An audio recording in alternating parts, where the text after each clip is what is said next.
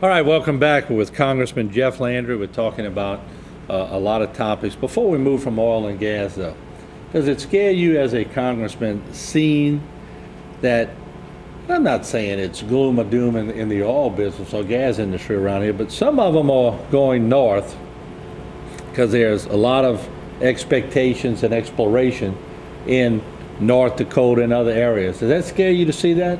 It does. Look, I'm certainly glad for the Dakotas and Montana. I will continue to say this, that, Louisiana's most valuable natural resource is not what lies beneath our grounds or our oceans, or not what swims in our ocean that we catch. It's the men and women who ply those trades. And I would hate to see us lose all that talent, being forced out of this great state simply because we have an administration who will not allow us to drill at the pace we need to in the Gulf of Mexico. All right.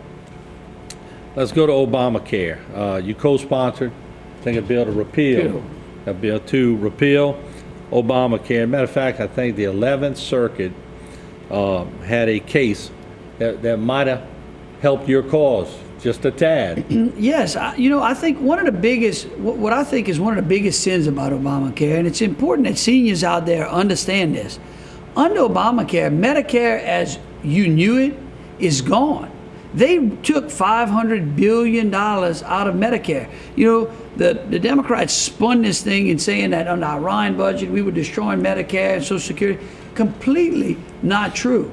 Obamacare did more. In fact, in the budget we passed, we put that $500 billion back in play. Mm-hmm. But what will happen is that if it gets implemented, seniors who are under Medicare will stand in the back of the line to those who are under Medicaid. Mm-hmm. And that's unfortunate because those Medicare recipients paid into that system, Martin, and it's un-American to do that. Now, I know that he had the votes to pass it back then, but let me ask you, do you think the Democratic spin doctors are spinning a little better than the Republicans at that time, or do you think he just has the votes to make it happen? No, look, I think Democrats are certainly always better at messaging. Republicans are better at policy. It just has been that way. I don't know why. I continue to try to, go out there and message the right message.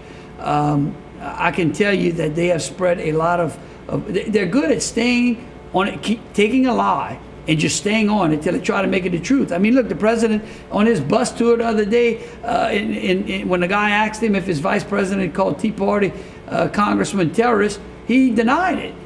It happened. It was true. He was lying to the man. But they will continue. I didn't say that, but he did. And that's what they do. They take misinformation and they will continue to hammer it until you start to believe it. Let me ask you on a personal note, when you hear something, and I heard it too, I was watching all of it, but I heard Biden say that too, and they say it didn't happen. Does that drive you crazy? Oh, it drives me insane. It doesn't bother me. Look, I'll tell you, like I told a reporter from the Daily Caller, a national magazine, when he asked me, what I thought about being called a terrorist, I said, look, let's look at it this way. In my lifetime, I've created jobs. I've paid taxes in the private sector. I've helped move the economy forward. I said, we've got over 9% unemployment under them. We've got record deficits, and they just signed the largest increase of debt in the United States history. Now, who's terrorizing the country? Right, yeah. Well, let me ask you, because you're on the ground over there. You see things. We just sit here and report things. So you get to Washington, and you start seeing the nuts and bolts of the whole operation. Shocking to you, or are you starting to maybe get the grasp that Washington is a grand illusion, so to speak? Well, it's certainly disheartening to see how complicated our government has become when there's no need for it to be that way.